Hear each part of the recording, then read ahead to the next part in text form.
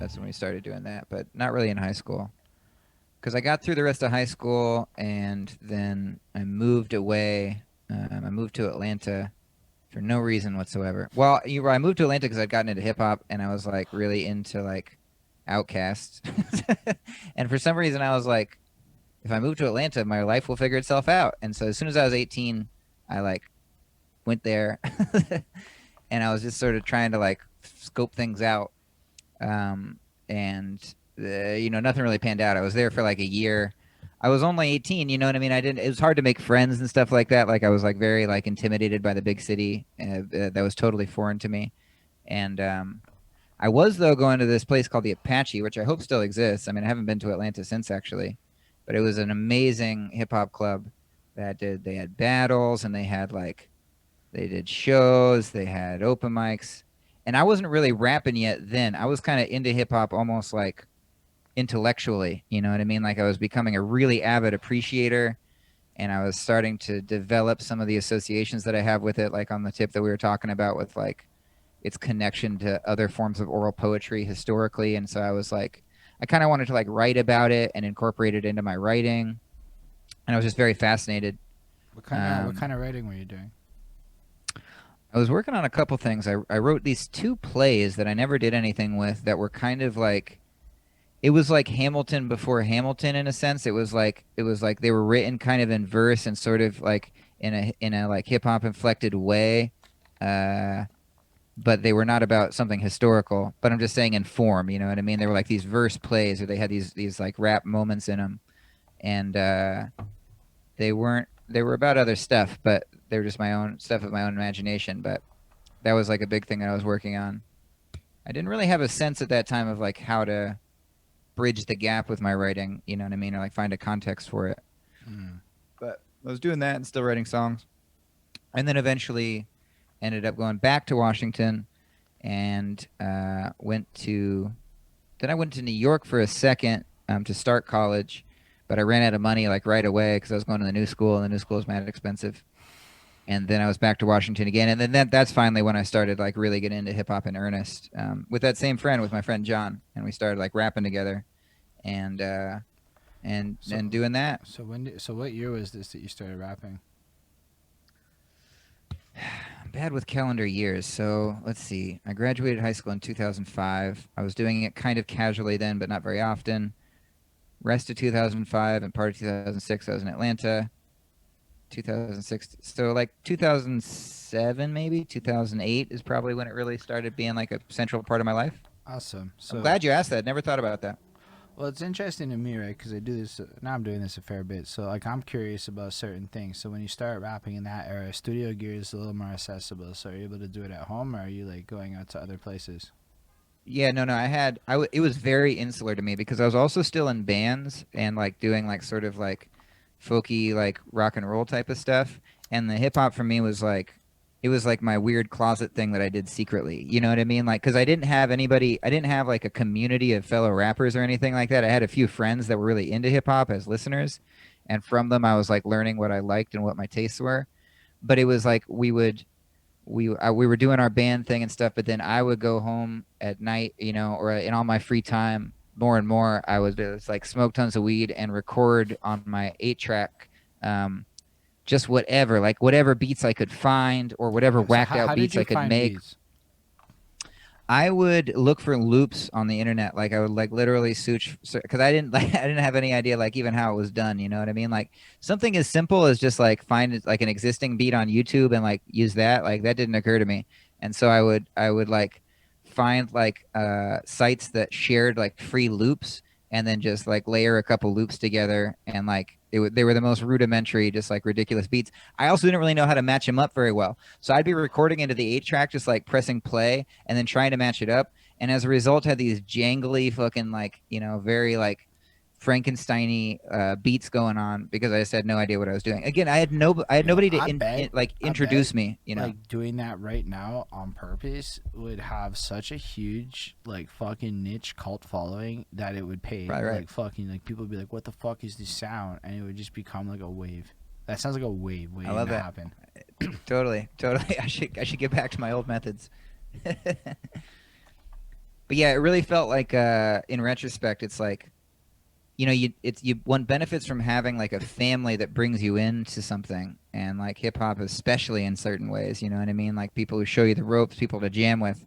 That's something I lacked for like a lot of years. And so I was really going down my own wormhole. I think in some ways it was cool because it made my way of doing it really idiosyncratic, but like I didn't have like a crew, you know what I mean? I relate to that a lot.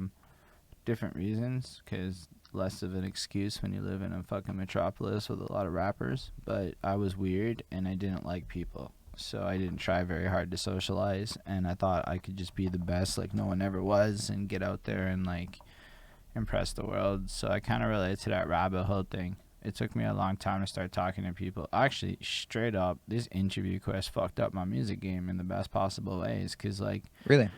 you start talking to music producers, you start talking to beat makers, you start talking to video people, you start talking to rappers, singers. I mean, you do folk music, like all these different perspectives come through. You start talking to battle rappers and shit, and all of a sudden you start finding commonalities about like certain things and other ways of doing things. But all the music producers 100% agree about all the same shit. So how is it all the beat makers and producers agree and none of the rappers go out and fucking weird paths, but all the music making people seem to understand music in the same way? And that was super astounding to me. So my new rule is listen to producers. Just shut the fuck up and listen to producers. And then somebody put it like really good. A rapper's an actor and a producer's a director. And all the best actors have directors, and all the best rappers have producers. And I don't mean True. like a beat maker. I mean a motherfucker that says, do better. I mean like your take sucked. Totally. I mean like, yo, you're super high right now and your decision-making process is not correct. Like the number of times I've done really awful musical choices because I was too weeded to like, or like you get lazy and you're like, Yeah, that's it.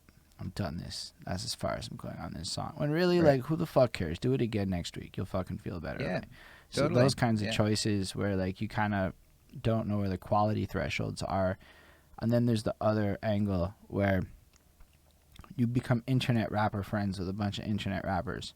And I don't mean that in a derogatory way, but it's another epiphany I had, where the only people you interact with are effectively you, people on the grind, whose music that is consumed only by people who choose to listen to it. So we all do the same thing. We DM everybody. We all go to the same forum groups. So it basically means we all expose our music to like exactly the same audience of ourselves, and we all like it. And it kind of takes almost an entire squad of the underground in a direction towards catering more towards technique and a perception of substance. Because what does substance mean? What does lyrical mean? Fuck, man. What does that even mean? It's a big topic. But No, that's you bring up an interesting thing because yeah, but it's where are the like fans at? I mean, the consumers, the product, the people who would inevitably buy your shit and show up to your show are not included in this like almost circle jerk of quality threshold that has existed because of an internet thing.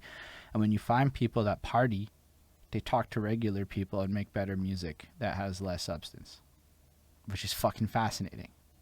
no, it's a really important point that you make.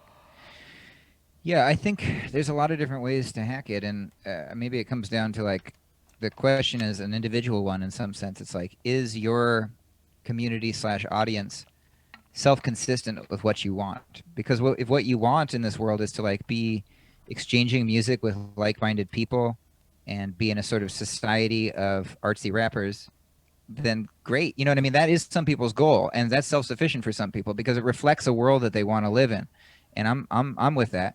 But I think that yeah, for myself, I've been having similar realizations to what you're talking about, and realizing that like I do want to figure out substance. To me consists in how well are you creating a unique and meaningful contact point between yourself and people who are truly other, people who like have had a different experience in the world, but they understand what you're saying and it resonates with them because you simplified and pared down some sort of truth, whether it's musically or ideologically, and you're connecting with them on that point. And that's a less insular exercise and has less to do with technique, as you say, or rather less to do with technique in the same way and something more Yeah. to do with like a real. Let's okay, but when I say technique, I'll be more specific to like the mechanical performance of an art. And I feel, or like Like how many like polysyllabic rhymes you have or something like that, or like, Yeah, or like speed or something. a lot of times it comes to speed. I don't know why. Well, I mean, I kind of know why, but a lot of times it goes to speed because there's like this idea that okay, everyone else is doing all this other shit. If I can go faster, I'll crush it. But then if everybody can rap fast and then you can rap God, then like what's the point anymore? Like how fast is Right, this right, shit right. gonna go? You start going Yeah, down yeah. that like path in your head, and then I realized a lot of people rely on speed because they don't have a way to deliver bars that are slow really good. Right. And then I realized Cardi B's got delivery that I can't touch. Yeah, I feel you on that. Like the no, slow is a great thing. It's a good thing. It's a good thing to learn because yeah, you have to ask yourself, where am I like maybe hiding in like supposedly difficult things and not like giving myself truly to the song, or to the listener. Or like the reality is people like sing-alongs. So is repetition really bad because I want to write more words? Right. Just shit It's like also that. taste too, because like sometimes like I as a listener, I don't adore repetition necessarily. I tend to be attracted to music, even older music that doesn't repeat itself as much and that involves more adventure and requires close listening.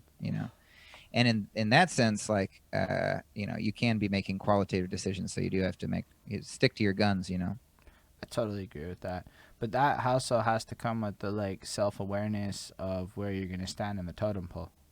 Like I True. Because if you're thinking that that is because sometimes it comes with a humility and an understanding, like I know that when I do complicated shit it's not going to sell, so why am I even going to bother? I'm doing it for the art reasons of doing it, right? And if I want to make music that sells, I have to make music that will sell, and that's a completely different Right. experience.